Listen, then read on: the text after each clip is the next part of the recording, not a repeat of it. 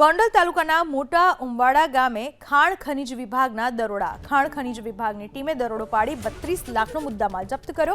Number plate વગરના એક JCB, 2 tractor કબજે કરવામાં આવ્યા. ખનીજ માફિયાઓએ ફસાવા કાવતરું રચ્યાનો સરપંચ પ્રતિનિધિનો આરોપ. સરપંચ પ્રતિનિધિ ભૂપત ડાભીએ ખનીજ માફિયાઓ પર ફસાવવાનો આરોપ લગાવ્યો છે. અટાણે જે આ ખનીજ બાબતમાં પકડવામાં આવ્યા વાહનો એ જે હતી માલિકીની જમીન છે અને પંચાયતી બગીચો બનાવી વિકાસના કામ કરી છે.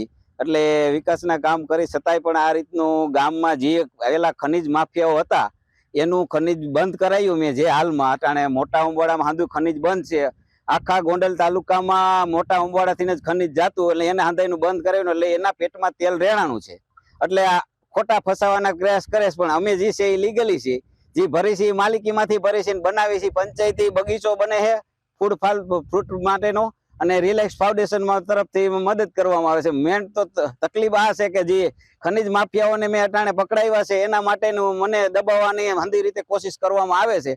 ખોટી રીતે હંધી રીતે દબાવણી કરે અને કાયદેસર છે પણ છતાંય મને આ રીતનું કરવામાં આવે છે. હા, એને ખબર છે. એને લેવલિંગ માટે એને જાણ કરી હતી કે ભાઈ આ આપણે ઊંચું છે, આપણે લેવલિંગ કરવાનું છે.